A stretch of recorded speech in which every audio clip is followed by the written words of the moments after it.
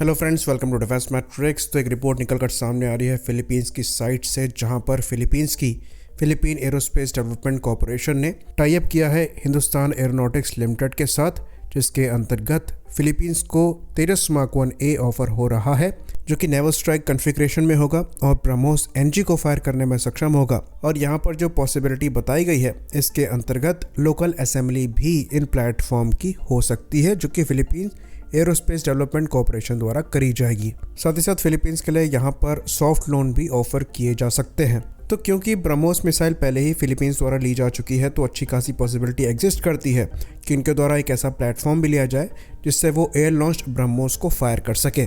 तो फिलीपींस द्वारा तेजस mark 1A लिया जा सकते हैं, इसकी पॉसिबिलिटी काफ़ी अच्छी बन गई है। तो फिलीपीन के अगर आप सिक्योरिटी थ्रेट्स को देखेंगे तो इनके लिए एंटी शिप रोल्स ज़्यादा इंपॉर्टेंट हैं, एयर टू एयर कॉम्बैट और एंटी सरफेस ऑपरेशन से। इवन अगर आप इनकी एयरफोर्स को भी देखेंगे तो कोई मेन स्ट्रीम आपको फाइटर एयरक्राफ्ट यहाँ पर दिखाई नहीं देगा। या तो ये ट्रेनर है या तो ये लाइट अटैक प्लेटफॉर्म्स है। इनके द्वारा सबसे बड़े नंबर में कोरियन T-50 प्लेटफॉर्म इस्तेमाल किए जाते हैं, करीबन 12 के आसपास, और बाकी ये छोटे लाइट अटैक OV-10 ब्रोंको और एमरेयर EMB 314, जिसको सुपर टकाना भी कह दिया जाता है, वो ये 7 और 6 के नंबर में इस्तेमाल करते हैं। अनफॉर्चुनेटली ये जो प्लेटफॉर्म इनके द्वारा लिए गए हैं, ये प्रिसाइज बॉम्बिंग और लैंड अटैक जैसे रोल को परफॉर्म तो कर सकते हैं, पर डेडिकेटेड एंटी शिप ऑपरेशंस को परफॉर्म नहीं कर सकते। यानी कि ये platforms anti ship missile carry नहीं करते हैं। Even air to air combat में भी इन प्लेटफॉर्म्स की जो कैपेबिलिटी है, ये ऑलमोस्ट ना के बराबर है। बाकी इनका बजट भी टाइट है अपनी सिक्योरिटी कंसर्न को सेटिस्फाई करने के लिए, इसलिए इनके लिए LCA तेजस मार्क 1A एक अच्छा ऑप्शन बन जाता है। बाकी इंडिया द्वारा सॉफ्ट लोन्स भी ऑफर किए जाएंगे, जिसकी वजह से तेजस मार्क 1A का प्रोक्योरमेंट इनके लिए ज़्यादा ईजी हो जाएगा। तो ये बात हम आपको बता दें कि फिलीपींस द्वारा मॉडर्नाइजेशन की कोशिश बहुत पहले से करी जा रही है। इनके द्वारा कुछ नंबर में F-16 या फिर ग्रिपेन प्लेटफॉर्म्स को परचेज करने के लिए देखा जा रहा था।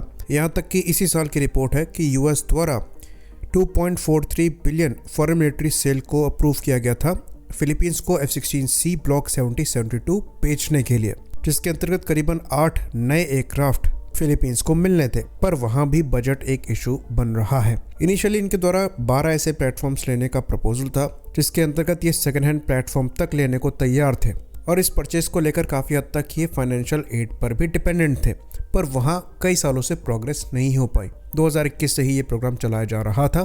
फाइनली अब जाकर ये रिपोर्ट आई है कि इनको 8 F-16 ब्लॉक 70-72 की परचेज को लेकर अप्रूवल मिला है, पर अभी तक कोई भी डील साइन नहीं हुई है, तो बजट अभी भी एक इशू हो सकता है।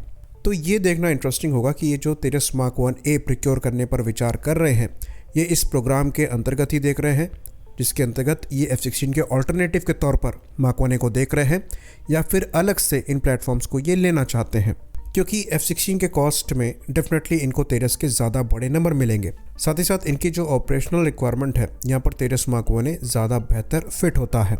पर अभी भी यहाँ पर एक बड़ा चैलेंज एग्जिस्ट करता है, और वो ये है कि तेजस मार्क 1A तो खैर इंडियन एयरफोर्स को मिलने वाले हैं, पर ब्रह्मोस NG का अभी तक कोई भी ट्रायल कंडक्ट नहीं कराया गया है, और ये डेवलपमेंटल स्टेज पर ही है।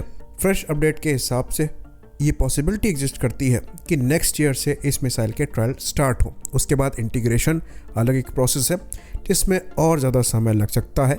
तो 2026-2027 से पहले तेजस मार्क 1A में ब्रह्मोस NG इंटीग्रेट होगी, इसकी पॉसिबिलिटी कम नज़र आती है। तो यहाँ पर एक इंटरिम सॉल्यूशन भी ऑफर किया जा सकता है, जिस पर हम काम कर सकते हैं। तेजस के साथ हम किसी दूसरी कंट्री की एंटी शिप मिसाइल को इंटीग्रेट कर सकते हैं, जो कि इस प्लेटफॉर्म को रिक्वायर्ड एंटी शिप कैपेबिलिटी देगा ब्रह्मोस के आने से पहले।